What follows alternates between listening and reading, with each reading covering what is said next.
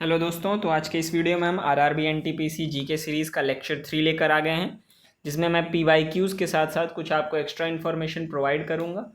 आप इन क्वेश्चंस को ज़रूर देख कर जाइएगा और वीडियो को ज़्यादा से ज़्यादा लोगों तक शेयर कीजिए, जिससे ये अच्छे क्वेश्चन सभी तक पहुँच सकें। होप आप सभी को ये वीडियो पसंद आ रहा होगा सीरीज़। तो कंटिन्यू करते हैं हम लोग, जिसमें मैं स्टैटिक जीके के क्वेश्चंस करा रहा हूँ प्रीवियस ईयर के। तो बढ़ते हैं पहले क्वेश्चन की तरफ। Who was the first president of the Indian national Congress? Indian national Congress का पहला प्रेसिडेंट कौन था? तो सबसे पहले हम लोग बात करते हैं इंडियन नेशनल कांग्रेस की। तो इंडियन नेशनल कांग्रेस जो है वो हमारा बना कब था? तो ये बना था 1985 में। पहली चीज़ जो आपको याद रखनी है इससे, 1985 में हमारा इंडियन नेशनल कांग्रेस बनता है। उस समय लॉर्ड कौन थे इंडिया में? तो उस समय लॉर्ड डफरिन थे।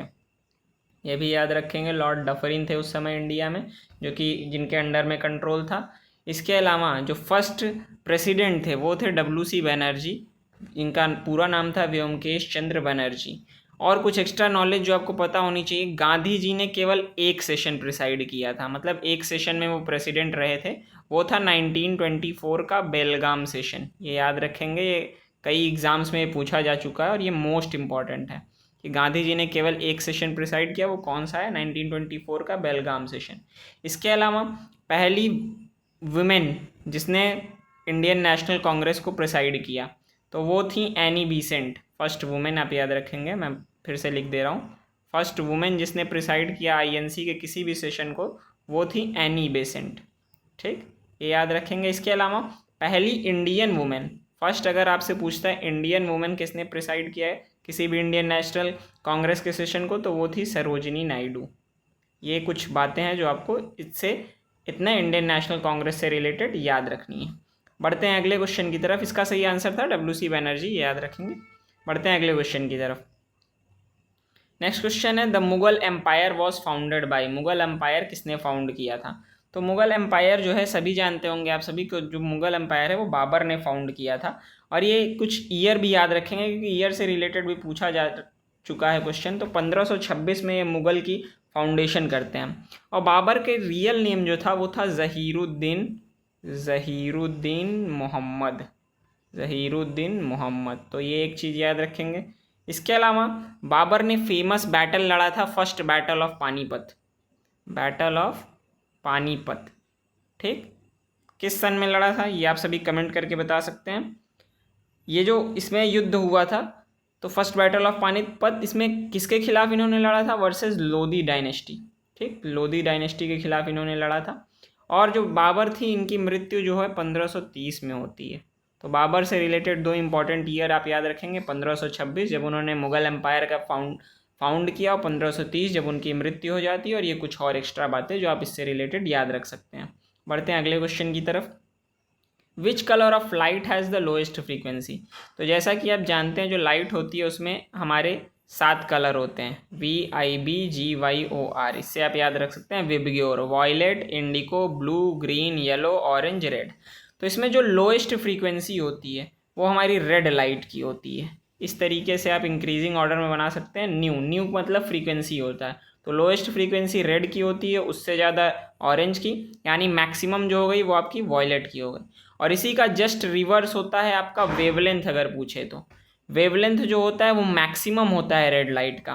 तो इससे दो तरीके के क्वेश्चन बन सकते हैं, एक मैक्सिमम वेवलेंथ क्या है और लोएस्ट फ्रीक्वेंसी, और मिनिमम वेवलेंथ और मैक्सिमम फ्रीक्वेंसी। तो ये चारों बातें आपको ध्यान में रखनी है कि फ्रीक्वेंसी जो है उसका ऑर्डर उल्टा होता है, रेड की लोएस्ट और वॉयलेट की सबसे ज़्यादा, और वहीं वेवलेंथ जो है वो रेड की मैक्सिमम होती है, वॉयलेट की सबसे कम। बढ़ते हैं अगले क्वेश्चन की तरफ।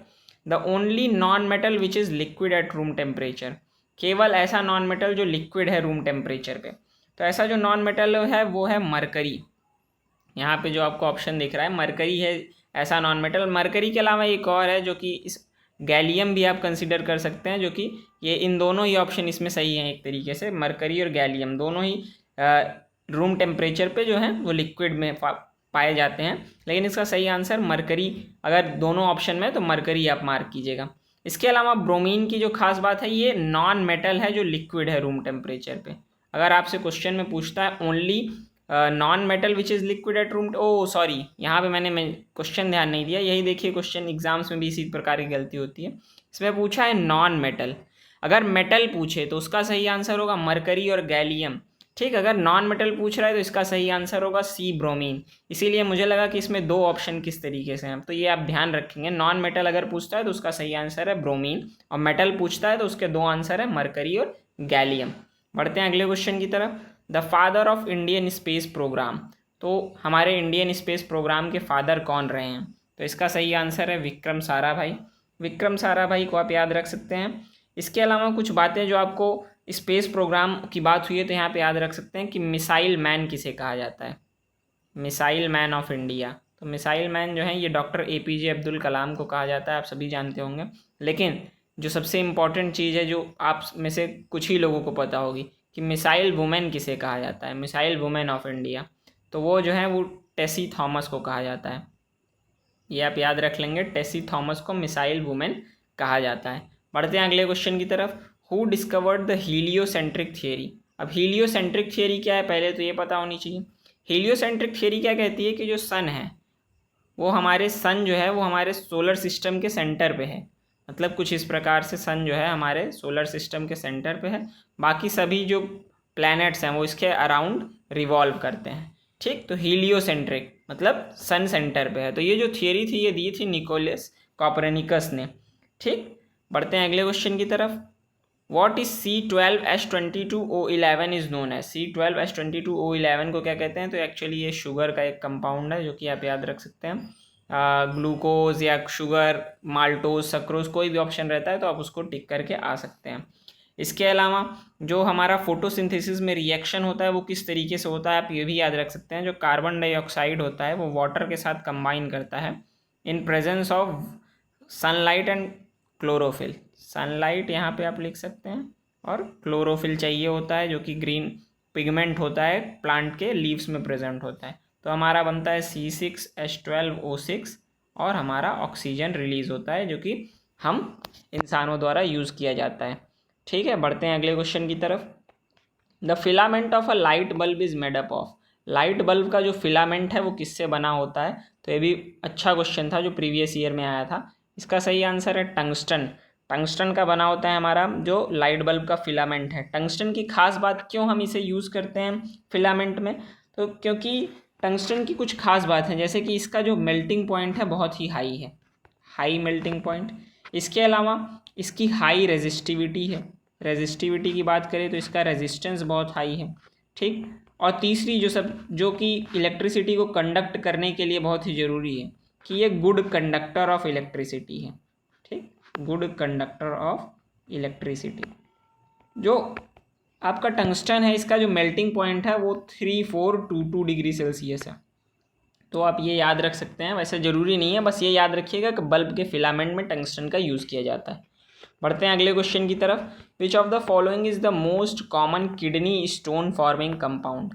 मतलब जो किडनी बनती है उसमें सबसे ज़्यादा किडनी बनने का कारण कौन सा कंपाउंड होता है? तो ये आप याद रखेंगे, प्रीवियस ईयर में आया, 2021 में पूछा जा चुका है ये क्वेश्चन। तो इसका सही आंसर है कैल्शियम ऑक्जेलेट। 70 से 75% जो हमारी किडनी में स्टोन बनता है वो इसी कंपाउंड की वजह से बनता है, कैल्शियम ऑक्जेलेट की वजह से। ये स्पिनच में पाया जाता है, ये स्पिनच में, आलमंड में पाया जाता है, आलमंड में, इसके अलावा बीट्स में पाया जाता है। तो इन सब चीज़ों में इसकी मात्रा होती है और ये मेन कंपाउंड होता है किडनी में स्टोन बनाने का। बढ़ते हैं अगले क्वेश्चन की तरफ।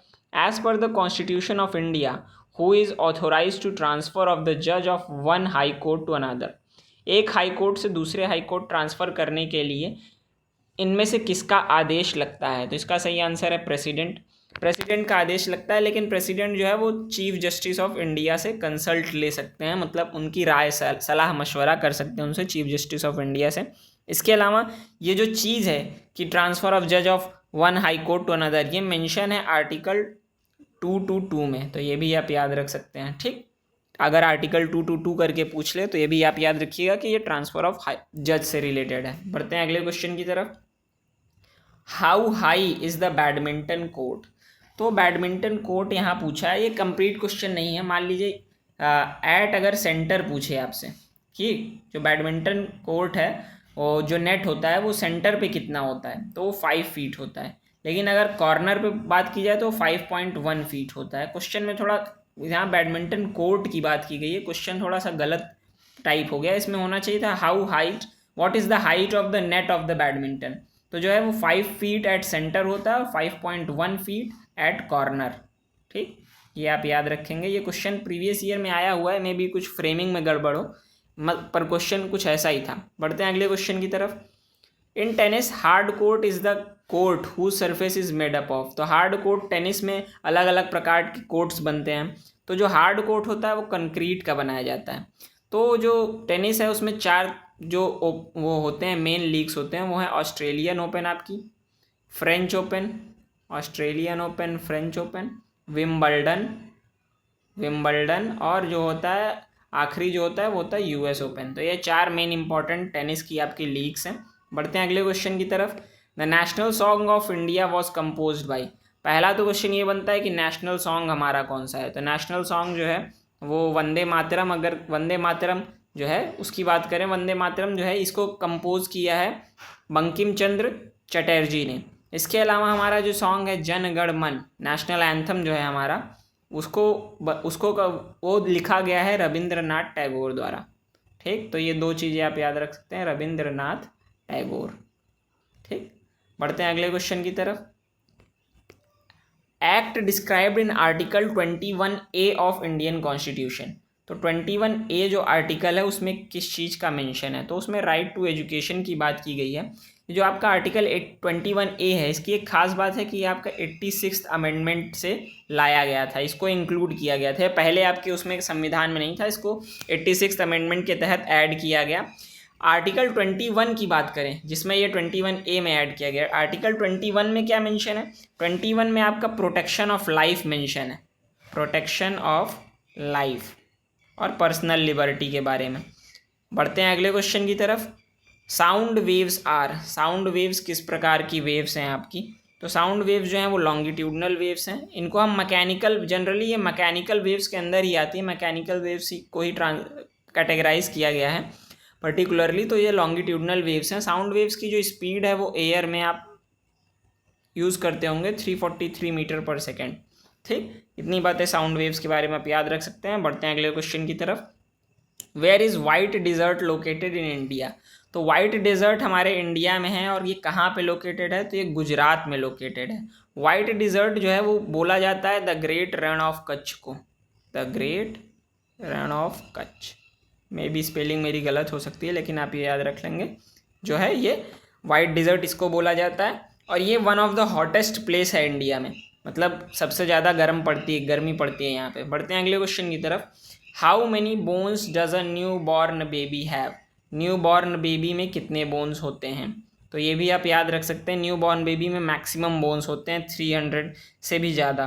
तो यहाँ पे अगर ऑप्शन 300 नहीं मेंशन है तो 305 आप करेक्ट कर सकते हैं। 300 बोन्स से ऊपर ही होते हैं। और बल्कि जो यंग वंस होते हैं उसमें जो होते हैं उसमें 206 बोन्स होते हैं, ये भी आपको पता ही होगा। बढ़ते हैं अगले क्वेश्चन की तरफ। According to the constitution the ratio between the length and breadth of the national tricolour. Length और ब्रेड्थ का रेशियो क्या होता है? तो जो लेंथ और ब्रेड्थ का रेशियो होता है वो 3:2। कभी कभी इस क्वेश्चन में कंफ्यूज करने के लिए वो ब्रेड्थ से लेंथ का रेशियो पूछता है, तो वो 2:3 होगा। ऑर्डर आप ध्यान से पढ़िएगा, क्वेश्चन में क्या मेंशन है, लेंथ से ब्रेड्थ का या ब्रेड्थ से लेंथ का, उसी अकॉर्डिंग आप क्वेश्चन को आंसर करेंगे। बढ़ते हैं अगले क्वेश्चन की तरफ। Who among the following won Nobel prize for peace in 2014। किसे नोबल प्राइज़ मिला था 2014 में?